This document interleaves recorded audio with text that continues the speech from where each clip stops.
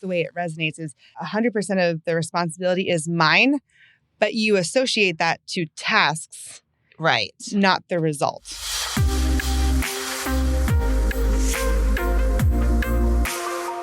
No amount of guilt changes the past, and no amount of anxiety changes the future. So welcome to today's episode of Create Your Fate podcast. We are back. I'm here talking about control. If you missed last episode, tune into part 1. I have certified, self-proclaimed, control-free, overcoming. Control freak. Recovering control freak. Yes. Recovering. I like that. I'm a recovering control freak. Lacey Mitchell here, back for part 2. So hello. Thanks for having me. Thanks for being on. I mean, we could talk for days about this. Oh my gosh. I know we could. We were getting to all the good stuff too. We were getting into, if you missed part 1, definitely head back to the video or the show and watch or listen. That's how you listen. But get all these deets on, man, why is it so hard to alleviate control? Where is this showing up in your life? And today we're going to be going over all the sneaky ways it's going to be popping up in your life where you didn't even know, oh my gosh, that's me trying to control my life.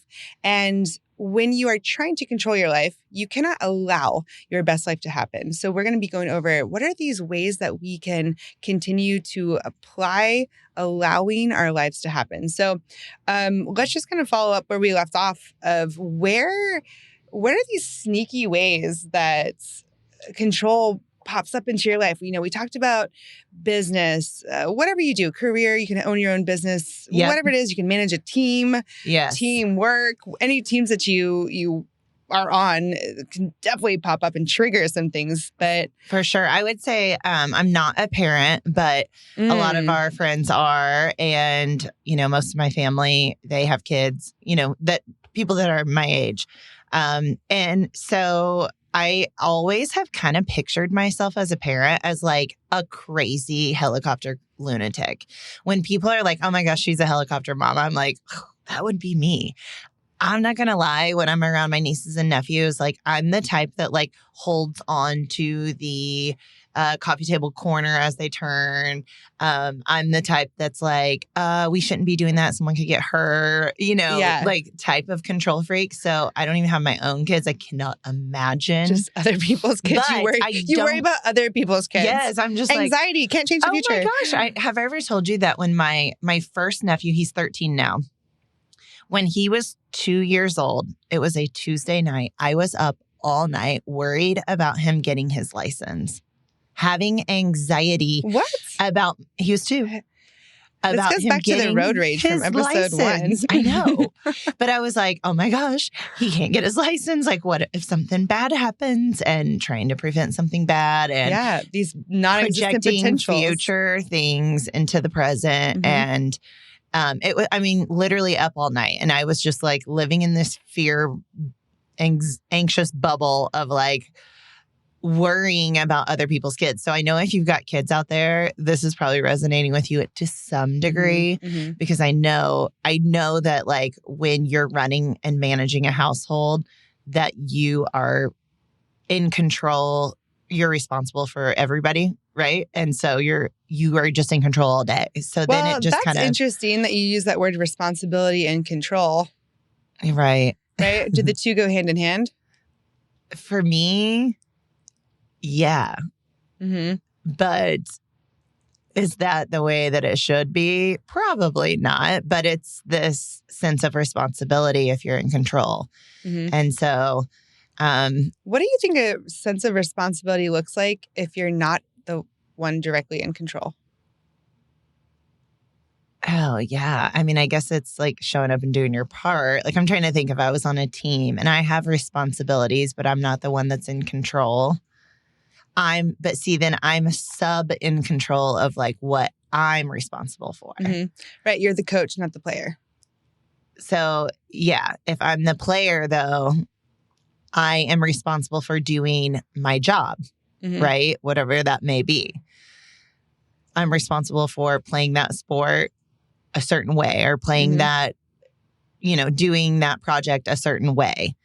Even though I'm not in control of the bigger picture, it's like I'm still in control of this little picture. Right. But also take yourself out of that player mindset, right? Okay.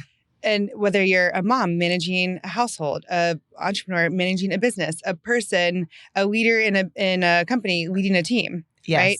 Yes. Because we're going to get into trying to control everything yourself actually stunts your growth. Right. You end up being your own bottleneck in whatever it is because you can only actually handle so much. And admitting that, oh my gosh, I'm my own bottleneck, or I am the cap to my success right now, or the cap to whatever it is. If you take responsibility and control, right, break them apart. Yeah. Try not to associate the two together all the time because control, let's take the player, third base. You have, or let's just do left field. Fly ball goes out there. He has control and the responsibility to catch the ball. Right. Right. What is the coach? The coach's responsibility is to prepare you for that moment. Right. And then let it go. Allow you to catch the ball or to drop it and then figure it out. Yes. Right. If control and responsibility were like tandem hand in hand all the time, then that coach would now run out onto the field and catch the ball himself. Yeah. Which would never happen. You're blowing my mind here. I've just been on this has been like this crazy theme that's been popping up in coaching with the corporate clients that I have. Right. Just everybody trying to catch the balls themselves. Yeah. Right. And it doesn't work like that. Right. And that goes back to one of our reasons, or I guess the way it resonates is 100% of the responsibility is mine, but you associate that to tasks. Right. Not the result. Right. You know? So in the first episode, we gave a couple tips on what to do to alleviate control. And one of them was about people being on your team, right? Nobody's against you. Yeah. But then once you get that mindset of people are on your team, now it's okay. I'm maybe responsible for the result, but I'm not actually responsible for all of the efforts. So how can I delegate, right? Right. Or manage or outsource certain things that that aren't in my quote unquote genius zone, right? What am I actually responsible for? What do I want to be responsible for? Right. Do I want the responsibility of running out onto the field when I'm supposed to be in the dugout coaching, the person on first or whatever? Right. Well, and it's like allowing the ball to drop because then you may not win the game. However, they learn and then the next time they catch it. Or, it's like allowing things to happen how they're supposed to. I think I've gotten a lot better about that recently. I'm like, things are going to work itself out, and just controlling the anxiousness of not knowing the outcome, because as a recovering control freak. I like that. Recovering. I'm on the up. Yes. That's one thing that, is not being able to control the future, and knowing that is what causes anxiousness for me. And so I do this, like meditation that's like, I'm going to allow things to happen. I'm going to allow good things to happen. I'm going to allow, if something bad happens, I'll be able to figure it out, because that's where I thrive is figuring situations out, problem solving. And so just like easing the anxiety, but also allowing you to catch the ball and it be a great, win and one of the best things ever. I catch myself. And empowering others. Yeah. So like even with my business, hiring somebody to do like the website and stuff, I was going to have to do that regardless, but like letting him roll with the ideas and telling me new things gave me the excitement as if I did it myself. Yeah. And I was, and I was like, wow, this is so nice. And now I have my trust in this guy. And, so I'm like, it's one of those things where I was like, see, I let him like kind of run with what his ideas were. And I just trusted him, even though the person that did my website before, they did a great job. They just did the most basic thing. They didn't make the shopper experience what it needed to be. There are some things that went wrong. But that seemed like the best thing at the time for you to make that decision. I didn't know. Forgive it. Yes. And say, hey, this was the best thing at the time. Now this new opportunity for growth has now presented itself to me. Yes, exactly. And then he did it and it was so great. And I mean, we got to tweak some things and we're still working on it. But it was one of those moments where I caught myself celebrating it as if I did it myself. Yeah. Well, essentially, at the end of the day, it's like the coach celebrates, the World Series, on the field too. I don't know if they do the Gatorade thing or not. I think they do. But, the coach is out there too celebrating. He didn't actually do any of the work, but he was responsible for the output. Yes. Right? The end game. Literally the end game. And not all the efforts, right? So it goes back to efforts versus results. Like, what's the result? Be results focused, results driven. And it's kind of like, I don't want, if you get too in the weeds because you're trying to control every aspect of it, then you see things that you don't make any sense until the very end, right? When everything all comes together, right? If like baking, I don't really bake, but I think this is how her dog shivers. I know every time the oven starts. The poor thing. He shakes every like time. A leaf. Not my zone of genius. Cookie in the kitchen. That's not my room of genius. It's like, oh my, he shakes every time because if you even stand smoke by detector. the oven. Oh my gosh, it's so sad. He's a control freak. He's like, don't you turn on that oven? And he starts shaking and freaking out like the smoke detector is going to go off. And so like last night, I'm like, Rooney, just go relax. You're fine. You're fine. You're chill. And he goes down. He finally stopped shaking. And what do you know? The sweet potato fries were like, I'm like, oh my God, this poor dog hates me. But anyways, you were going back to an example of baking. Oh yeah. Basically, if I come in, if I if I order a cake from you, right? Or if I want you to make me this cake and I go in and I say, okay, cake's going to be ready on Friday at 2. If I show up Friday at like 5 a.m. or Thursday night and I'm checking in on the status of the cake, right? It's not going to look like the finished product of what I wanted. I'm going to be like, wait, why did you add in all this stuff? This doesn't make any sense. This doesn't make any sense. This looks terrible. It's not what I wanted at all. The design, whatever. And it's really taking away from other people's genius zones, right?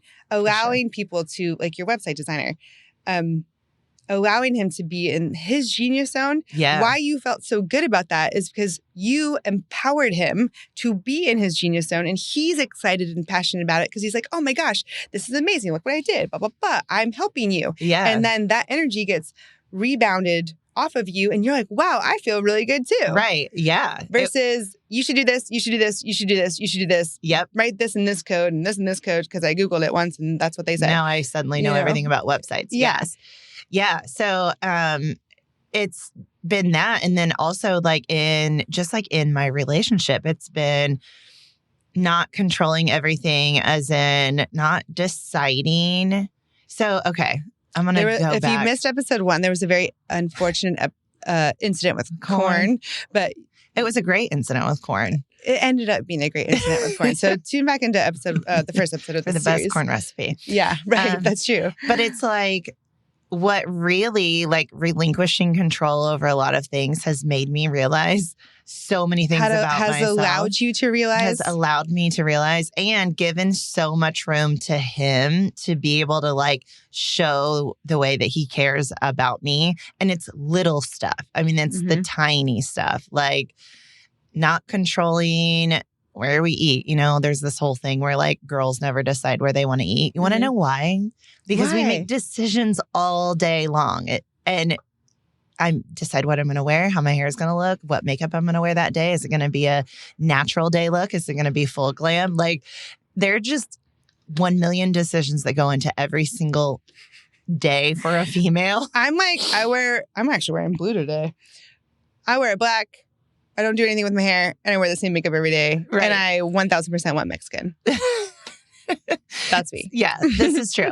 I'm not a normal girl, though. It's like not controlling stuff like where we eat or what we, is, I'm just like, please take it. I don't want to decide. Make a decision. And then he feels like he gets to like pick something that we like. If making decisions, going back to what we said in the first episode, is your strength, and you see somebody else mirroring that same strength, now you like that. Yes. And you have now built rapport with that person. Yes. Right? You did. That's why I like him, because he makes great decisions. Because he makes decisions. His strengths. I do love it. Every time you give him the chance, every time you give somebody the chance to exemplify your strengths, your general strengths in their genius zone, you will immediately love that person. Yes. Think back to the people who you like. Yeah. It's crazy mind games, right? It's like, wow, I'm really good at this too, but I'm not good at baking, but this person's really good at baking. And I value getting things done on the first try, or like respecting deadlines or whatever it might be. And they did that. And wow, it's really great. Oh my gosh, immediate rapport, because we are alike. Yes. Right? Yes. And I like that. And people, the ego, back to our friend the ego, likes people who are like them. Yes. Yes. And the opposite isn't true too. That's why certain people make you more mad than others. Right. And then it allows room in the relationship for him to like show me he cares, because this is how he shows it. Like doing acts of service for me is how he shows his love. So I'm here for it, because you want to take the trash out, please do all day. You want to pick me up ice cream, not make me go to the store with you, please do all day long. Yeah. I will allow it to happen. I know you Marco Polo'd me on Sunday. You're like, he's at the store getting ice what cream, are you and doing? he didn't make me go. Laying on the couch. But like there's Marco like Poloing me. small things too that you're saying, like this whole mirror situation, because it was like, oh, what sounds good for dinner tonight? And he was like, oh, don't worry, we'll figure it out. And I literally had the thought, wow, he doesn't throw it on me like most guys have, right? So I was like, maybe he's a control freak, but he's in on this decision too. And I'm not like, and it's so small, it's just dinner. But I've been in the like, I'm in control of the whole relationship, down to what we eat, where we go, when we go, how we go. Yeah, all these day-to-day things that are sneaky, right? You don't know that these are these ways that you're trying to control your life and even like many aspects of your life, but they sneak up on you. Yes. And I remember thinking like, wow, I'm not always in control of what we eat. And I love that. I know that sounds so silly, but it's baby steps and not being this giant control freak that wants to control every facet of my life.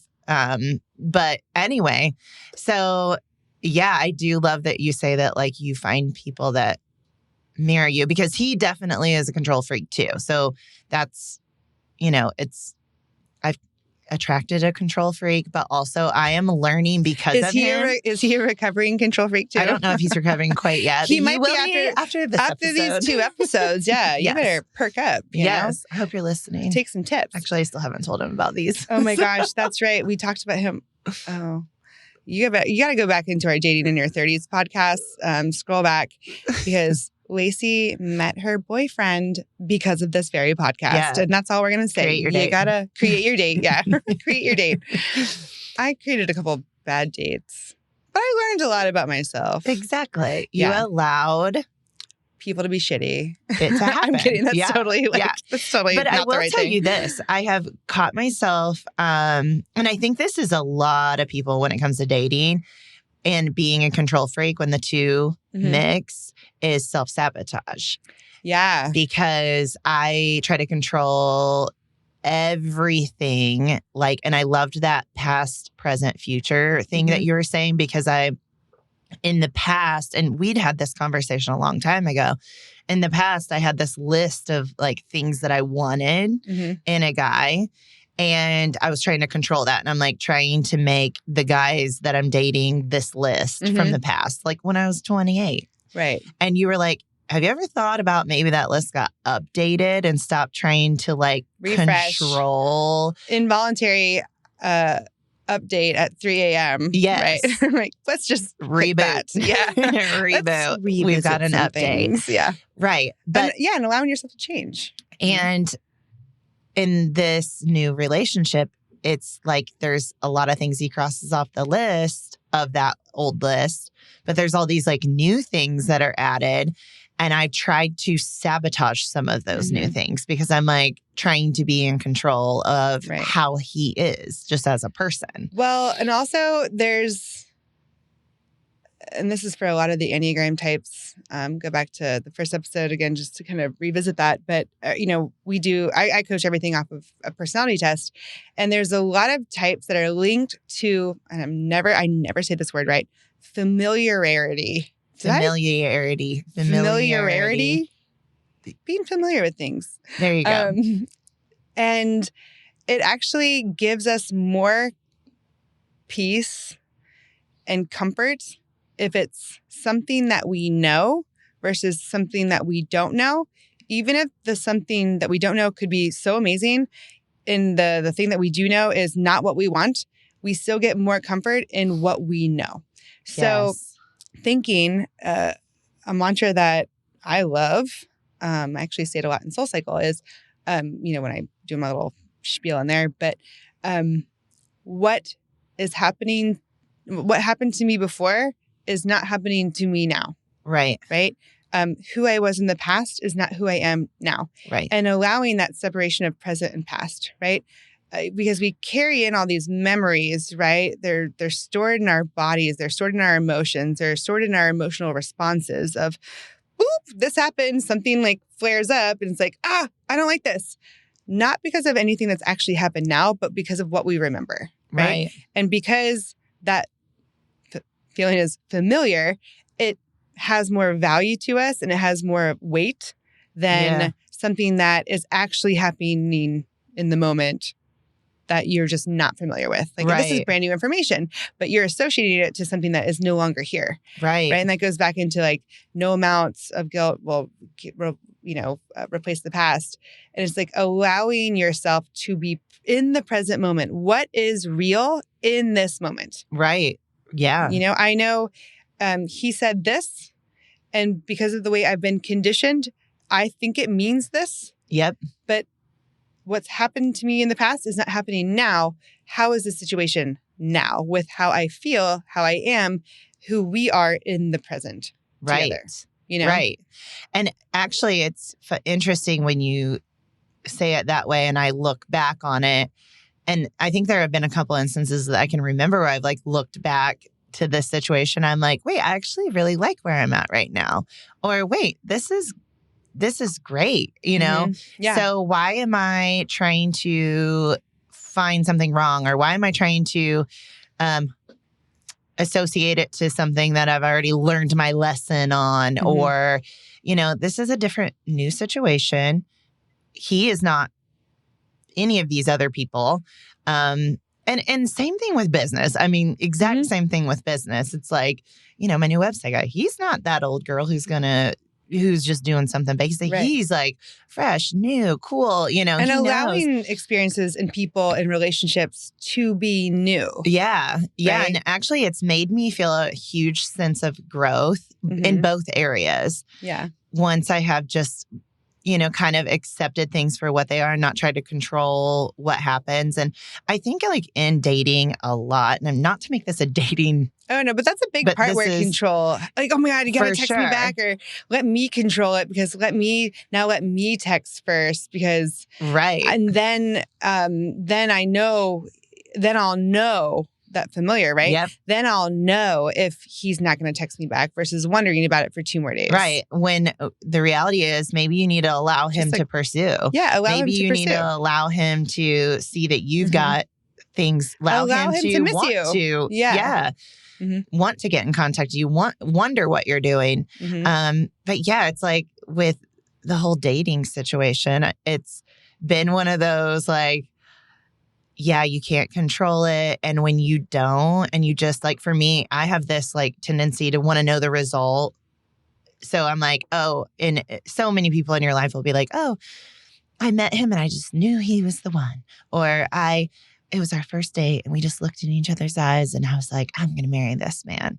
And to me, that is frightening.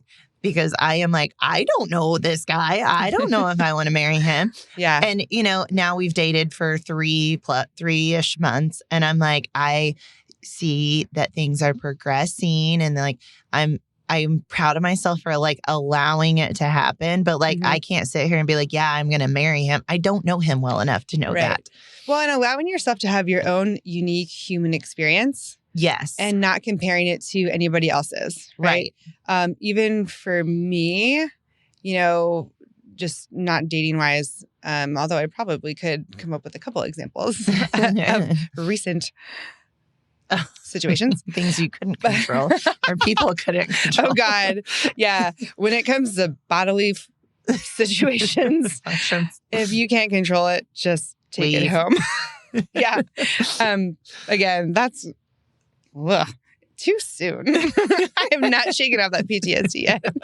And it wasn't you, for the record. It was a shit situation for sure. Bad dates 101. Yes. Don't take a laxative before you go on a date. Right. I mean, don't. Zero control. Listen, there's also problems with zero control. We want a nice happy medium, right? So anyway, but just not comparing yourself to, don't compare yourself to anybody. Right. You in the past, you in the future, anybody else whose path has not been exactly yours. Right. I think alleviates a lot of control. Yeah. Right. Because where do we get these ideas of what we have to control and why? Right. Why do I have to control it to be this way? Oh, because this person's doing it like this. Yep. Right. My podcast just launched on YouTube and I've got 61 beloved followers. Thank you. Like and follow me. We'll tag it. But, it's not growing, right? And I'm like, I have a 90-day program called the 90-Day Mindset Makeover, and I started doing it again myself. Yeah. And I do it like once a year. And I was on week 3, and it talks about all these self-limiting beliefs and all these thoughts that you have about yourself. And when do you have these thoughts? And I realized I have all these negative thoughts about myself when I'm comparing them to other people. Yeah. But what I realized was I'm comparing myself against people who are have been in this industry for 5, 10, 15, 20 years. Right. I mean, I admire Tony Robbins, but I'm not on the same level. He's been at it for 42, 43 years. I'm like, I should not be comparing my my standard. I love that I aspire to be there, but again, reel it back into the present. Right. Don't compare yourself to Tony Robbins, who's amazing. And I love him. And Tony, come on the podcast. But, I realized what I realized was when I sat down and I actually thought about it, I'm not comparing myself to one person who is on my level. Right. Yeah. And not one person who I graduated from my programs with, not one person. And if I did, I would probably be very, there's upward comparison too. I would be feeling much better about myself, quote unquote. My ego, right? Right. But I'm like, that's really interesting that why does my mind go there? I have to now control everything to get to this level in 3 weeks on YouTube. Right. Yeah. What? Yeah. So allowing yourself to be not where you are, but when you are. Yeah, exactly. Yeah, I have to definitely do that with my business a lot too, because there are so many brands out there. And I've become good friends with a lot of them, but a lot of them started way before me. Mm-hmm. Sometimes 5 and 6 years before me. So when I see that they have 80,000 followers on Instagram, and that's actually one thing I really don't care about. But I look and I'm like, dang, how'd they get that? And I'm like, well, they were only at 40, I don't know, 2 years ago when I met them, and they've grown 40,000 in 2 years.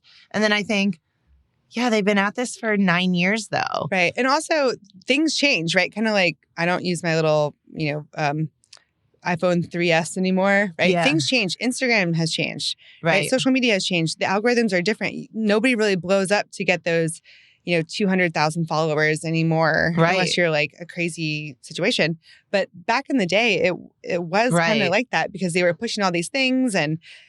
So allowing the adaptability, because I think adaptability and evolution, if you have that mindset, it can prevent you from this self-sabotage, right? Because for me, when you're comparing yourself to where you want to be in the future, comparing it to your present, right? Side by side, they don't make sense.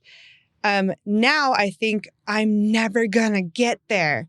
I'm never gonna be a Tony Robbins. I'm never gonna have 80,000 followers. Yeah. So now that I have fear around that, now I'm going to start self-sabotaging because Right. I don't want to fail at not being at this level on Right. whatever timeline I had in For my sure. head.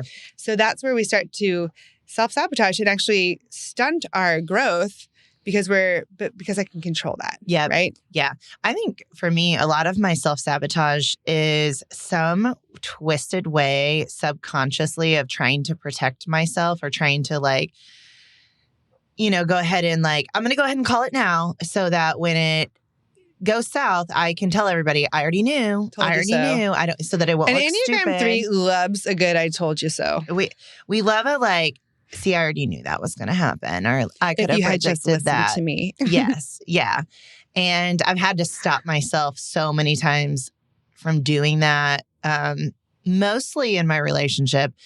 In my business, there's not really a lot of self-sabotaging other than maybe avoiding some things, which is self-sabotaging. Yeah. Just putting off, you know what? I don't have the bandwidth to do that. So I'm just going to put it off and avoid it and avoid it and avoid it. And then I'll get to it when I get to it. But really, these are the prime years to be growing your social media, or the prime years to be doing all of these things. So avoiding it is also self-sabotaging. And right.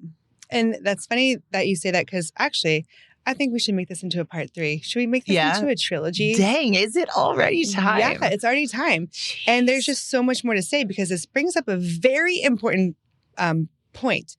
And it goes right into the art of allowing, but it's about this avoidant mindset. And I want to go into breaking patterns yes. of for change, for that adaptability. So you don't get stuck, so you don't self-sabotage just because I feel like I'm in control and I have this false sense of control. So I want to wrap it up in a part 3. So, but it's going to be all about avoidant because here's the kicker. And tune into part 3 if this speaks to you. If you have an avoidant personality or if you are avoiding things and realizing you're self-sabotaging because you are obsessed with this false sense of security and control, you create the exact opposite of what you are trying to achieve when you avoid it. Okay, say that one more time. You create the exact opposite of what you are trying to achieve when you avoid it. So, I felt like all the lights just hit me and the heat just went. If this mic wasn't on the table, I would drop it. Yeah. What? Yeah. No, don't worry. I won't do that. I know these things are expensive, but yeah. So tune in for part 3. We're gonna wrap this up.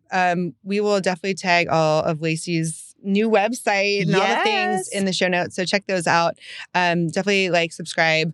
We will come back next week for part 3. I can't wait. I know. Oh my gosh. I know. It's going to be I'm telling you, whenever I learn to break the pattern of being avoidant and actually allow my life to happen, right?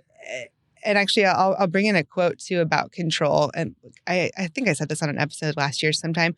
I had this 3 a.m. wake up, freak out about control. So I'll get into that story and what I realized about actually allowing and not avoiding your life to happen. So yeah, check us out next week. Tune in for part 3.